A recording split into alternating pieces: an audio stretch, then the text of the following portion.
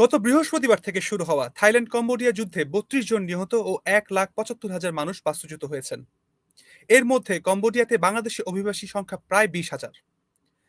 যুদ্ধে আহত ও আটকে পড়া বাংলাদেশিদের নিয়ে তাদের পরিবার নানা উদ্বিগ্নতার দিন কাটাচ্ছেন। কম্বোডিয়া থেকে আটকে পড়া বাংলাদেশিদের সর্বশেষ অবস্থা জানাতে ঢাকা স্ট্রিমের সঙ্গে আজ যুক্ত হচ্ছেন বাংলাদেশি কমিউনিটি ইন কম্বোডিয়ার সভাপতি মোতাহার হোসেন মিয়া।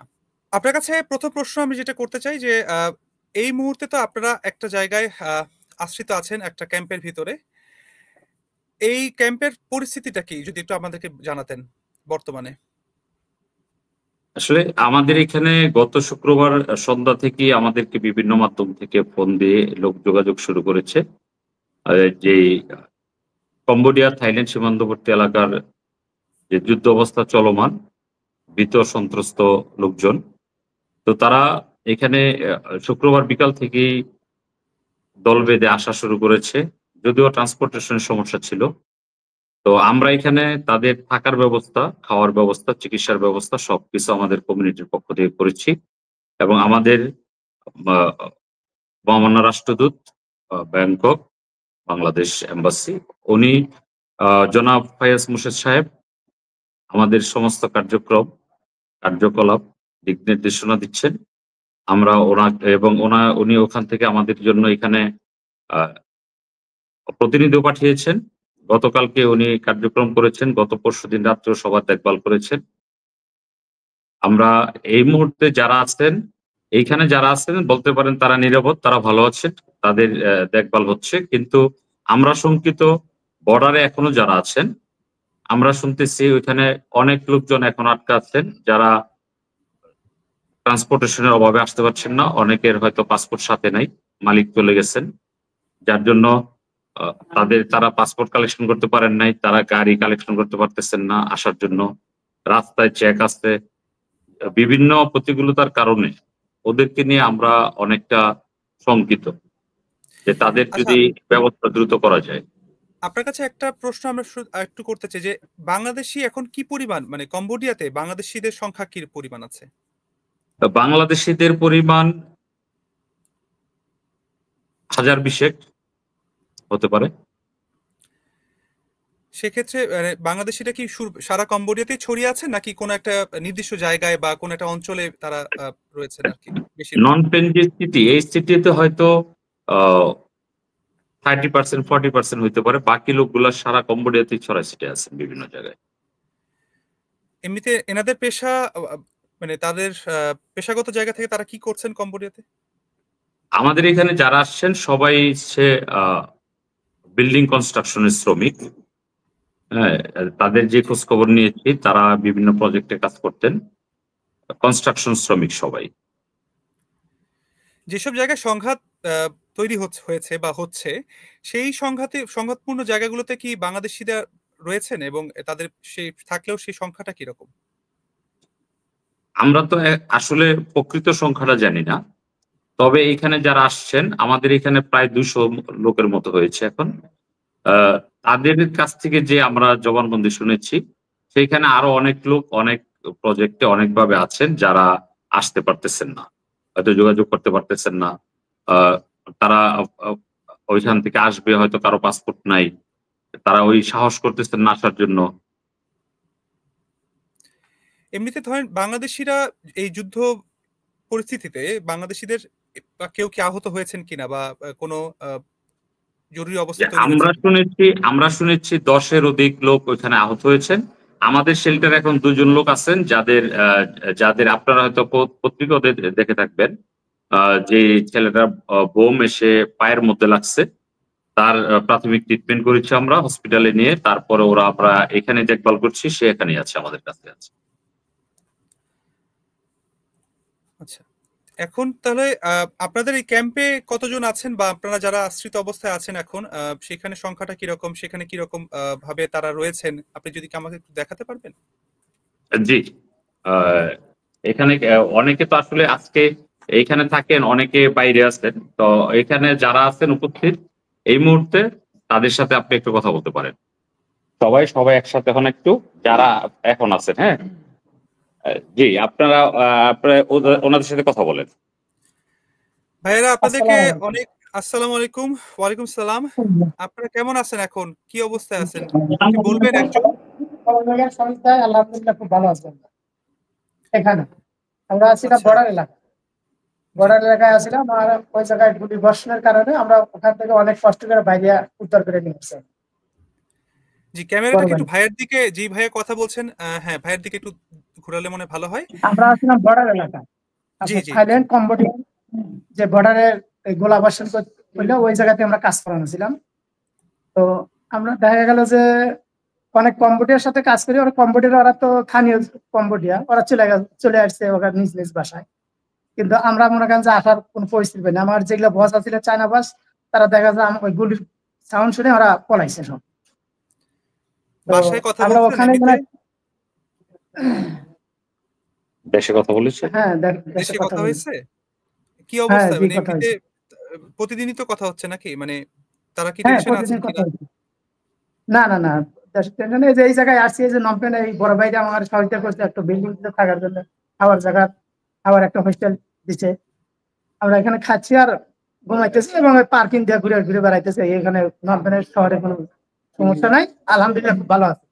ওই জায়গায় বিভিন্ন প্রজেক্ট আছে। আমরা এক প্রজেক্ট থেকে অনেক বাঙালি আছি, বিভিন্ন প্রজেক্ট থেকে অনেকে বাঙালি এভাবে উঠে আসছে। কি অনেক কি প্রজেক্ট থেকে প্রজেক্ট আছে আসারও ওখানে? সম্ভাবনা হয় নাই। আজকে এসে মানে গাড়ি পাওয়া যায় না, এদেশে গাড়ি তো সব বন্ধ করে দিয়েছে। আচ্ছা। দেখা যায় ভাড়া হইলো $10 কি $12 ভাড়া, এখানে দেখা গেলো $50, $100, $150 এইভাবে ভাড়া দিয়ে দিয়ে আমাকে রাখা লাগছে, তাও গাড়ি পাওয়া যায় না। অনেক রাত্রিতে আমরা যেমন ভাড়া ছিলাম প্রায়, আমরা যে বছরের আন্ডারে ছিলাম 29 জন বোধ হয় বাঙালি, 29, তার মধ্যে 2, 3 জন 4 জন আগে চলে আসছিল। আসার পরে আমরা মনে হয় যে অভিরও ছিলাম যে আমার কাছে টাকা নাই, বছর পলাই গেছে, মনে হয় যে বেতন দেওয়ার যেদিন আমার কার্ডটা জমা নিয়েছে, বৃহস্পতিবার দিন সকালবেলা আমার কার্ড জমা নিয়েছে, বেতন দিন এই গুলির সাউন্ড শুনে বস মনে হয় যে চলে গেছে। এখন এখন বসের আবার সাথে ফোনে কোনো যোগাযোগ নেই। বেতনের আমরা কি ওই হবে এখন অবস্থায় তাহলে? মনে হয় যে আসিলাম রোববার, রোববার পর্যন্ত ছিলাম, তাই না? রবিবার পর্যন্ত আমরা ওই জায়গায় ওইভাবেই আসছিলাম। রোববারে সকালবেলা আমরা যখন বারুস মারুস মনে হয় যে সামনে এসে পড়া দিলো, টিন আমার উপরে আসছিল, টিন ওই টিন ঝরঝর হয়ে পড়া যখন দিলে এই সময় আমরা ভূত বৃষ্টি মনে হয় যে সবকিছু জিনিস থুয়ে আমরা খালি হাতে বাড়া চলে আসছি। রাস্তা দিয়ে ঘুরতে ঘুরতে ঘুরতে কাউন্টারে ইয়ে অনেক রিকোয়েস্ট করে বড় ভাইরা অনেক যোগাযোগ করে দেখা যাচ্ছে বাস পাঠাচ্ছিল রাত্রিতে, রাত্রিতে পাঠাইলে সকালবেলা আমার তুলে নিয়ে আসছে। সারা রাত লাগছে আসতে আসতে, আজকে সময় লাগছে সারা দিন, রাত্রিতে এসে পৌঁছে দিতে এই জায়গায় নমপেন। আসার পরে আসার পরে বড় ভাইরে অনেক কি হয়েছে, আমার খানা টানা, থাকার জায়গা এবং এই যে পরনের শার্ট, গেঞ্জি, এগুলা সব এগুলা কিনে টিনে দিচ্ছে আমাদের। আমরা এখন এই অবস্থায় এই জায়গায় আছি। আপনারা কি একদম এক কাপড়ে বের হয়ে গেছেন ওখান থেকে? জাস্ট হ্যাঁ ওখান যুদ্ধ থেকে আমরা একবারে এক কাপড় বাইরে চলে আসছি, কারণ যে ওইগুলা নিয়ে আসার তো কোনো সময় আমাদের গাড়ি পাই না, আমরা ওইগুলা নিয়ে আসে কি করবো। আমার জিনিসপাতি তো অনেক রেয়ে আসা লাগছে। টাকা পয়সা কিছু আনতে পারছেন সাথে? নাকি না একদম না খালি না হাতে না না, আসছেন? আমার বস তো মনে হয় যে গুলির সাউন্ড শুনে সকালবেলায় মনে হয় যে আউটো, ওখানে তো গাড়ি আছে, পিক আপ আছে, ওরা মনে হয় যার যার মতন চলে গেছে, ওখানে আমরা খুঁজবো কিভাবে। আচ্ছা। এখন এমনিতে আপনাদের পরিকল্পনা কি? এখান থেকে কি করবেন? যুদ্ধ পরিস্থিতি যদি এই অবস্থায় থাকে, সেই ক্ষেত্রে আপনারা কিছু কি ভাবছেন? বা আপনাদের কোম্পানির সাথে কি কোনো কথা হচ্ছে? কোম্পানির সাথে যোগাযোগ হচ্ছে। এখন আমরা এখানে আছি, আমাদের ভাই আমাদের দেখাশোনা করতেছে এবং কিছু টাকা পয়সাও দিচ্ছে পকেট খরচ, এরকম আমরা খাচ্ছি আর কি। এভাবে আর কি আমরা চলতেছি দেখা।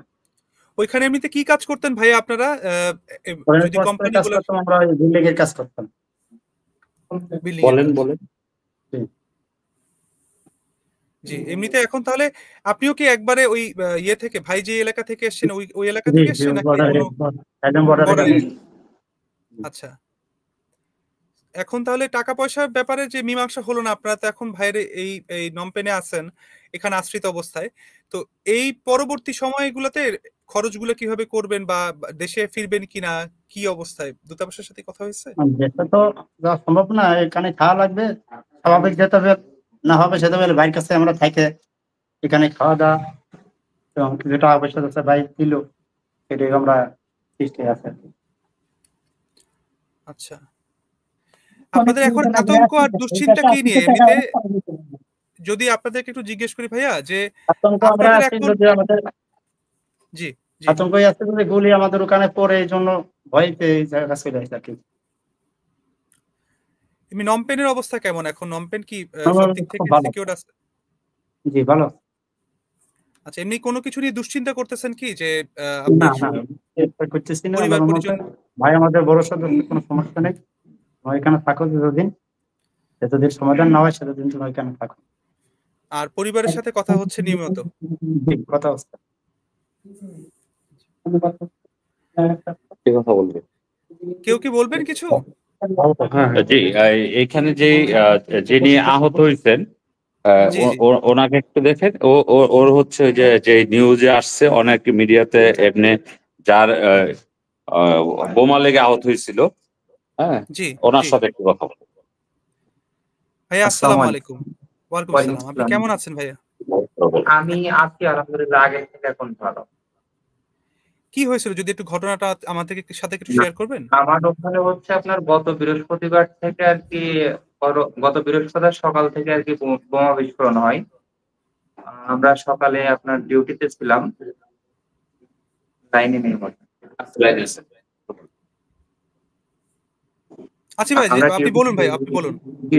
জি, আমরা ডিউটিতে ছিলাম ওই সময় আপনার হচ্ছে সকাল থেকে যখন বোমা বিস্ফোরণ শুরু হয়, তো আমাদের দুপুর থেকে কাজ অফ করে দেয় বস। কাজ অফ করার পরে আমরা সেফ মতো আমরা ছিলাম ওই সময়। জি, সন্ধ্যা থেকে একদম স্টপ হয়ে যায়। আমরা ভাবছি হয়তো আর বোমা টোমা মনে হয় মারবে না। হুম। সকাল থেকে আমরা ডিউটিতে গিয়েছি, আবার সকাল ৯টা থেকে আবার শুরু হয়। তারপরে আমাদের বস ডেকে আমাদের বলে, আপনাদের হচ্ছে জীবন বাঁচান, কাজ পরে। তো আমরা ওই কথাবার্তা শুনে আর কি মাল সামানা গুছায়ে আমরা নিয়ে আসবো। রুমের সামনে আর কি একটা বোমা বিস্ফোরণ হয় আমার সামনে। একদম আমার সামনে ওটা বিস্ফোরণ হওয়ার পরে ওইটা মাটি থেকে লেগে তারপরে আমার পায়ে লাগে। লেগে আমি সাথে, সাথে ওখানে পড়ে যাই। তারপরে আর কি ওখান থেকে হুলস্থুলুস করে সবাই ট্রাকে করে উঠে চলে আসছি। ওখানে অনেক মাল সামানা আমার সবকিছুই আছে। আমি কোনো কিছু নিয়ে আসতে পারি নাই। এখন এমনিতে কি অবস্থা আপনার শরীরের? ওই ক্ষতটা কি শরীরের অবস্থা আগে জি, থেকে আলহামদুলিল্লাহ ভালো। আগে থেকে একটু ভালো। খারাপের ভিতরে ভালো। ঠিকঠাক আছে। হ্যাঁ। তারপরে ব্যাংককের দুধাবাট থেকে সহযোগিতা করছে। তারপরে এখানে ভাইরা আছে। ভাইরা সর্বোত্তম সাপোর্ট দিচ্ছে। তাছাড়া এখানে ভালো আছি। পরিবারের সাথে কথা হয়েছে এর মধ্যে? হ্যাঁ, পরিবারের সাথে প্রতিনিয়তই কথা হচ্ছে। জি। এমনিতে কি বলল? ডাক্তার তো দেখিয়েছেন। কতদিন সারতে হ্যাঁ, সময় নিবে বা আহ, এইভাবে সময়ের কথা বলে নাই। বলছে আস্তে, আস্তে সেরে যাবে। আপনি ক্ষতটা কি একটু মানে আ ক্ষতটা অনেক ভাইয়াকে আমি ডিপ হয়েছে। হ্যাঁ, জি, ক্ষতটা অনেক ডিপ হয়েছে। আপনার হচ্ছে নিচ থেকে লেগেছে তো। জি। তারপর নিচ থেকে উপর বরাবর যেয়ে হচ্ছে আপনার হাড়ে ঠেকছে। হাড়ে ঠেকার পরে তারপরে আর যায় নাই। আমার হাড়টাই ধরেন ক্ষত হয়েছে, হাড় ভাঙে নাই। ওই হাড়ের কারণে আরকি আমার কষ্টটা বেশি হচ্ছে। এখন এই অবস্থায় তো একটা উদ্ভূত পরিস্থিতি তৈরি হইলো যেহেতু, আ কোনো জি, কিছু জি। নিয়ে কি দুশ্চিন্তা আছে বা আপনি কোনো পরিকল্পনা করছেন কি? আ কি করবেন এরপরে? দুশ্চিন্তা এখন আরকি এই যে নিজে এইভাবে পড়ে আছি, অচল হয়ে পড়ে আছি, কাজ নাই তো, ফ্যামিলিতে সমস্যা। এটা সবার ফ্যামিলিতেই থাকে। এটা নিয়ে আরকি দুশ্চিন্তায় আছি। ফ্যামিলির টেনশন। আর নিজে তো যা হইছে হইছেই। আচ্ছা। টাকা ঠিক আছে পয়সা ভাইয়া। নিজের কাছে জি, কোনো টাকা পয়সা নেই। এই যে জি, ওষুধ পানি এম্বাসি থেকে বহন করছে, ভাইরা আছে তারা বহন করছে। এখন নিজের হাত শূন্য। এখন এই যদি সরকার থেকে আমাদের কিছু অনুদান দেয়, তাহলে জি। আমরা আরকি স্বাভাবিক হতে পারবো। কারণ ওখানে আমাদের যেসব মাল সামানা ফেলাইতে হইছে, প্রায় $200-300 মাল সামানা ফেলাইতে আসছে। এগুলো তো আর খুঁজে পাওয়ার সম্ভাবনা খুবই না, নাই, না, নেই না। বললেই চলে আরকি। ওখানে ওখানে খোঁজ নিয়েছি, ওখানে কোনো কিছু নেই। কারণ ওখানে জি। কম্বোডিয়ানরা আছে তো, ওরা তো ধরেন অনেক চোর টাইপের আরকি। কোনো কিছু পড়ে থাকলে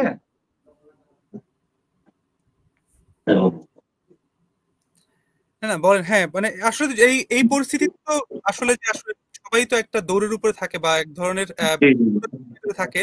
তখন আসলে এগুলো মানে রক্ষণাবেক্ষণ করাটাও মুশকিল হয়ে যায়। ঠিক আছে জি, ভাই, জি, জি। ধন্যবাদ আপনাকে। আমরা একটু মোতাহার হোসেন ভাইয়ের কাছে চলে যাব। জি। হ্যাঁ, তাহলে আপনি সর্বশেষ পরিস্থিতি নিয়ে কিছু কি বলবেন? আপনার এখন কি অবস্থা? আপনার সবাই ওখানে কি অবস্থায় আছেন? টাকা পয়সা, খাবার দাবার, নমপেনের কি অবস্থা?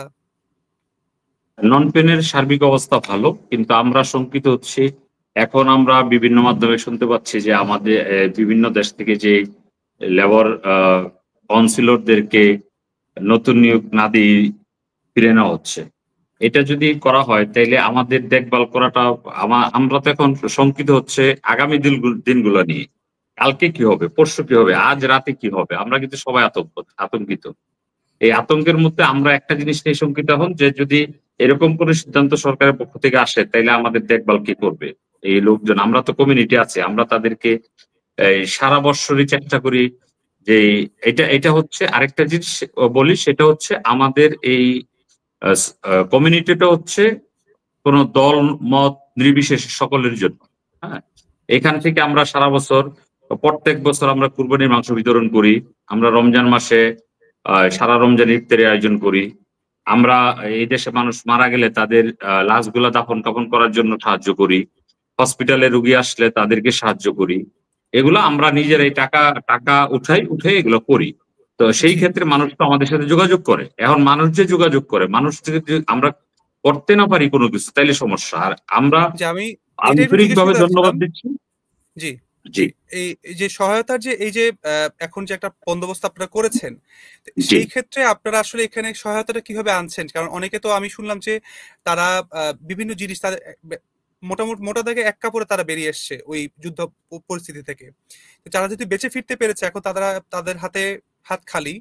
তো সেই জায়গা থেকে আপনারা কিভাবে এই সহায়তাটা করছেন সেটা যদি একটু আমাদেরকে বলতেন। জি সেটা হচ্ছে আমরা আমাদের পাশে আহ, থাইল্যান্ড দূতাবাস থেকে জনাব কাজী ফায়াজ মুর্শিদ সাহেব, উনি সার্বক্ষণিক আমাদেরকে তথ্য নিচ্ছেন, খোঁজ খবর রাখছেন, সাহায্য সহযোগিতা করতেছেন। এবং সাথে সাথে আমরা ওনাকে অনেক অনেক কৃতজ্ঞতা জানাই। উনি সাথে সাথেই পদক্ষেপ নিয়েছেন। পরের দিন উনি প্রতিনিধি পাঠিয়েছেন আমাদের জন্য এখানে সরাসরি এসে যোগাযোগ করার জন্য। সবার সাথে ওনারা সরাসরি এসে যোগাযোগ করতেছেন, আমাদেরকে হেল্প করতেছেন। সেটা আমরা তথ্য দিয়ে উপাত্ত দিয়ে যেটুকু পারতেছি ওনাদেরকে আমরা সাহায্য সহযোগিতা করতেছি। তো এখন আমরা শঙ্কিত আগামী দিনগুলো নিয়ে, সেটা হচ্ছে কাল কি হবে, পরশু কি হবে এরকম। কারণ এখনো যারা এখানে আছে ধরেন সবাই মোটামুটি মোটা দাগে তারা হচ্ছে মানসিকভাবে মানে ভীত। যুদ্ধ অবস্থা থেকে আসছে, মাথার উপর দেওয়া হয়তো গুলি গেছে, পায়ের কাছে হয়তো একটা বোমা ফুটছে।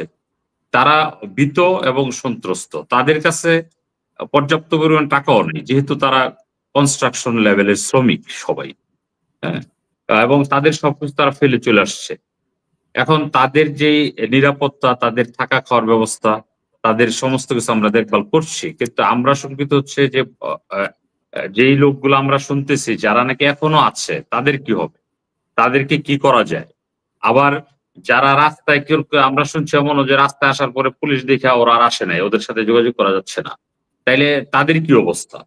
হ্যাঁ, সর্বোপরি সামগ্রিক অবস্থা বিবেচনা করে আমরা চাচ্ছি যে আরো যেন সরকারকে ধন্যবাদ, পাশাপাশি আরো যেন এই ব্যাপারটা নিয়ে তৎপরতা চালায় আর কি। জি ভাই, আপনাদের কাছ থেকে সর্বশেষ আপডেট পাওয়া পর্যন্ত মানে এর পরের ধাপে হয়তো আবার কথা হবে। সেই পর্যন্ত ভাই আপনাকে অনেক ধন্যবাদ। আপনাদের সকলের জন্য দোয়া থাকলো। আজকে হয়তো আমরা এখানেই শেষ করছি। প্রিয় দর্শক, আপনারা দেখলেন কম্বোডিয়ায় বর্তমানে বাংলাদেশের অবস্থা কিরকম। যুদ্ধ পরিস্থিতি এবং বাংলাদেশিদের পরবর্তী পদক্ষেপ নিয়ে আরো বিস্তারিত জানতে চোখ রাখুন ঢাকা স্ট্রিমের পর্দায়। ভিজিট করুন ঢাকাস্ট্রিম.net। সেই সাথে ফলো করতে পারেন ঢাকা স্ট্রিমের ফেসবুক পেজ ও ইউটিউব চ্যানেল।